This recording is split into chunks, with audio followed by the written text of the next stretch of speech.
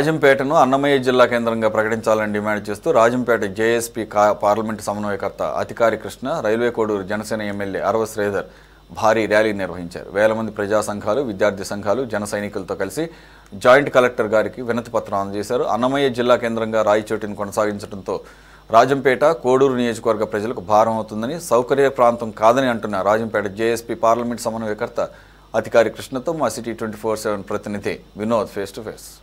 విభజన జరిగిన సందర్భంలో ఏదైతే రంపచోడవరం, మదనపల్లి, అదేవిధంగా అన్నమయ్య జిల్లాను అదే జిల్లాగా ఉంచడంతో అన్నమయ్య జిల్లాలో 3 నియోజకవర్గాలు ఉన్నటువంటి కోడూరు, రాజంపేట, రాయచోటి ఉండడంతో పాటు రాయచోటిని జిల్లాగా కొనసాగించడం అనేది రాజంపేట, కోడూరు నియోజకవర్గ ప్రజలకు అంత అనుకూలమైన ప్రాంతం కాదని, సో దీనిపైన పునరాలోచించుకోవాలని చెప్పేసి ఈరోజు జనసేన పార్లమెంటు రాజంపేట సమన్వయకర్త అధికారి కృష్ణ ఆధ్వర్యంలో రాజంపేట పాత బస్టాండ్ నుంచి ఆర్డీఓ ఆఫీస్ వరకు 1000 మందితో ర్యాలీగా వెళ్ళి ఆర్డీఓ ఏదైతే సబ్ కలెక్టర్ ఉన్నారో వారికి ఒక వినతి పత్రం ఇవ్వడం జరిగింది. దీనిలో భాగంగా ఆయన ప్రస్తుతం మనము అధికారి కృష్ణ దగ్గర ఉన్నాము. సో ఆయనకి కొన్ని విషయాలు మనం తెలుసుకుందాం. సార్ చెప్పండి, మొత్తానికి అయితే ఇప్పుడు రాజంపేట ఎందుకు రాజంపేటనే జిల్లా కేంద్రం కావాలనుకుంటున్నారు? ఈరోజు బ్రిటిష్ కాలం నాటి నుంచి రాజంపేట పార్లమెంట్ అనేది పేరుంది. రాజంపేట పార్లమెంట్ అని పేరుంది కాబట్టి ఎన్నో కాలం నుంచి, ఎన్నో ఏళ్ళ నుంచి రాజంపేటను హెడ్ క్వార్టర్గా చేసుకొని పార్లమెంటుగా ఉండేది. గత ప్రభుత్వం చేసిన పనికి గత ప్రభుత్వం ఏం చేసిందంటే అన్నమయ్య జిల్లా అని పేరు పెట్టింది. ఎందుకు? కొంతమంది స్వార్థపరుల కోసం, సొంత సులభాల కోసం చేసిన తప్పును ఈ రాజంపేట, కోడూరు ప్రజలు మోస్తున్నారు. ఎందుకంటే రాజంపేట, అన్నమయ్య పుట్టింది, పెరిగింది, తిరిగింది తాళపాక అంటే రాజంపేట. రాజంపేట వదిలిపెట్టి అన్నమయ్య జిల్లా అని పేరు పెట్టుకొని ఈరోజు రాయచోటికి జిల్లా తీసుకుపోయినారు. కానీ అది చేసింది చాలా తప్పు. ఎందుకంటే సొంత సులభాల కోసం కొంతమంది చేసిన పనికి ఇంతమంది బలిపశువులైనారు. కానీ అది జరిగిన తర్వాత మన సీఎం గారు, మన ఆంధ్రప్రదేశ్కు తండ్రి లాంటి వాడు చంద్రబాబు నాయుడు గారు, మన ఆంధ్రాకు, ఇండియాకే పెద్దన్నలాగా మా స్త్రీ కొనిదెల పవన్ కళ్యాణ్ గారు, డిప్యూటీ సీఎం గారు, వీళ్ళిద్దరూ సమక్షంలో సిద్ధవటం రాజంపేటకు ప్రచారంకి వచ్చిన రోజు, ఆ రోజు రాజంపేటను మళ్ళీ తిరిగి మీకు హెడ్ క్వార్టర్గా చేస్తాం, రాజంపేటే మీకు అన్నమయ్య డిస్ట్రిక్ట్గా చేస్తాం అని ఆ రోజు మాట ఇచ్చినారు. ప్రజలంతా ఆ రోజు ఊపిరి పీల్చుకున్నారు. మరి మన కుటుంబం మళ్ళీ మన దగ్గరికి వస్తుంది అని.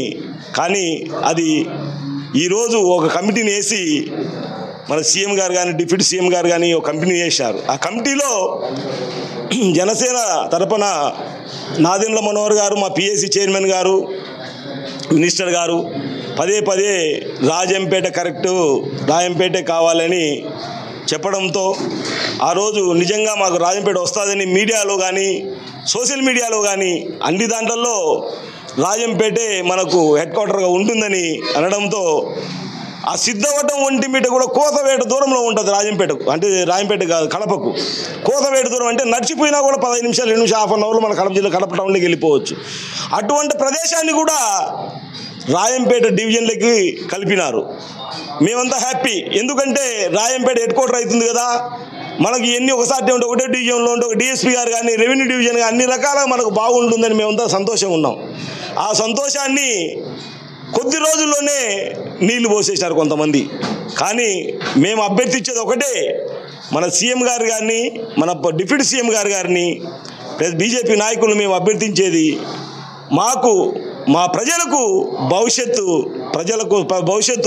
రాజంపేట బిడ్డల కోసం, కోడూరు బిడ్డల కోసం మీరు పునరాలోచించుకొని మాకు రాజంపేట హెడ్ క్వార్టర్గా, రాజంపేటే జిల్లా హెడ్ క్వార్టర్గా చేయాలని పదే మేము అభ్యర్థిస్తున్నాం. ఇప్పుడు ఏదైతే ప్రభుత్వ పదవులు కానీ పార్టీ పదవులు కానీ పొందిన కొంతమంది ఏదైతే ఏ పార్టీ అయినా కానీ కూటమిలో వాళ్ళైతే సైలెంట్గా ఉండాలనేది ప్రజలు అనుకునే విషయం. సో ఈ విషయంలో మీరు కనీసం ఏ పదవి కూడా మీరు లేకుండా కానీ ఇటువంటి సెన్సిటివ్ విషయాన్ని ఎత్తికెత్తుకొని ప్రజల్లోకి పోతున్నారు. దీని మీద ఎటువంటి స్పందన అనేది? ప్రజలు లేని రాజకీయ నాయకుడు ఎక్కడి నుంచి వస్తాడు? ప్రజలు ఉంటేనే రాజకీయ నాయకుడు. ప్రజలకు సేవ చేస్తేనే రాజకీయ నాయకుడు అవుతాడు. ప్రజలు సేవ చేస్తే ప్రజలు ఎటు పోతా అంటే అటు మనం నడచాలి. ప్రజలకు విరోధంగా పోతే ప్రజలు ఒక సైడ్ మనం ఒక సైడ్ పోతే లీడర్ కాము. మనం ప్రజలు ఇక్కడ రాజంపేట నాయకులు కానీ ప్రజలు కానీ ఆశించేది ప్రతి ఒక్కరి నోట్లో ప్రతి ఒక్కరి ఇంట్లో వినపడేది జిల్లా హెడ్ క్వార్టర్ కోసం. అందుకోసం ఇంతమంది బాధపడుతుంటే కొంతమంది జేఏసీ నాయకులు పాపం వాళ్ళు రాత్రి పౌలు అహర్నిశలు లెటర్లు రాస్తూ ప్రజలకు అందరికి ఫోన్లు చేసుకుంటూ ఏదో వాళ్ళ ఇంట్లో సొమ్ము పోయినట్టు పాపం బాధపడుతున్నారు. అంటే అలాగ కష్టపడుతుంటే మళ్ళాంటి వాళ్ళు వచ్చి వాళ్ళకు తోడ్పాటు చేసేదాన్ని కూడా మనం ఆలోచిస్తే ఎట్లా? ఈరోజు ఇంత వర్షం పడుతుంది, మంచి భోజనం టైం 2 గంటలంటే ఆ టైంలో కూడా ఒక పిలుపుతో అందరం వస్తామంటే ప్రజలు తండోపతండాలుగా వచ్చి వేలల్లో వచ్చి ర్యాలీకి నిలబడి వర్షం పడుతుంటే కూడా వర్షంలో నానుకుంటూ పోయి నిరసన తెలియజేసినారు. డిప్యూటీ మన జాయింట్ కలెక్టర్ గారికి మన ఆర్డీఓ గారికి ఒక వినతిపత్రం ఇవ్వడం జరిగింది. అలాగే మా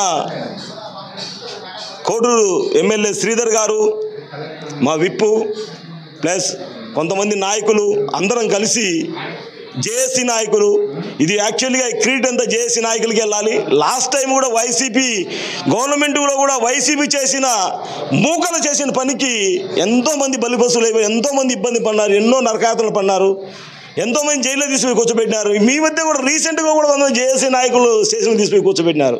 అది ఏమంటే ఒకరి కోసం కాదు, వాళ్ళు అందరం బాగుండాలి, కోడూరు బాగుండాలి, రాజంపేట బాగుండాలి, పుట్టబోయే మన బిడ్డలు బాగుండాలి, మన భవిష్యత్తు బాగుండాలి, మన ఏరియా డెవలప్మెంట్ కావాలంటే ఒక రాజంపేట హెడ్ క్వార్టర్ కావాలని వాళ్ళ ఆశ ఆకాంక్ష. సో వైసీపీ ప్రభుత్వంలో జరిగిన ఈ తప్పిదాలకు ప్రస్తుతం అయితే ఇక్కడ రాజంపేట ఎమ్మెల్యేగా ఉన్న అమర్నాథ్ రెడ్డి దీనిపైన ఎటువంటి స్పందన చేయడంలో వైసీపీ శ్రేణులు కూడా ఎవరు కూడా దీనిపైన కనీస నిరసన కానీ ఎటువంటి ప్రభుత్వానికి ఒక వినతి పత్రం కానీ ఇచ్చింది లేదు. దీనిపైన ఎటువంటి ఎందుకు చేస్తారండి వైసీపీ ఎమ్మెల్యేలు? దాచుకునే డబ్బుతో ఎమ్మెల్యేలు మంచి డబ్బులు పెట్టి ఎమ్మెల్యేలు అయినారు. వాళ్ళు ఎందుకు చేస్తారు? వాళ్ళు చేసిన తప్పిదమే కదా ఇది. వాళ్ళు బయటకు వచ్చి తంతారు. ఇప్పుడు ప్రజలు రాళ్ళతో కొడతారు, మీరు చేసిన తప్పే కదా అని రారు రోడ్డు మీదకి. వాళ్ళు మొత్తానికి చూసుకుంటే దీని పూర్తి కార్యాచరణ ముందు ఎలా ఉంటుంది? ఏమి లేదు, మేమంతా ప్రజలు ఏకమవుతాండ్రు. రాయంపేట కాన్స్టెన్సీ, కోడూరు కాన్స్టెన్సీ ప్రజలంతా ఏకమవుతారు. ఇంటింటికి ఒకరు వస్తారు, ఆడబిడ్డలు వస్తారు, బిడ్డలు, చిన్న బిడ్డలు వస్తారు, అందరు రోడ్డు మీదకి వస్తారు. అందరు అభ్యర్థిస్తున్నాం, మేము ఆర్డర్ వేయడంలో అభ్యర్థిస్తున్నాం, రిక్వెస్ట్ చేసుకుంటున్నాం గవర్నమెంట్. ఎందుకంటే చంద్రబాబు నాయుడు అనే వ్యక్తి ఒక శక్తి. ఆయన పాలనలో ఒక ఆంధ్రప్రదేశ్కి ఒక తండ్రిలాగా ఆయన పరిపాలిస్తున్నాడు.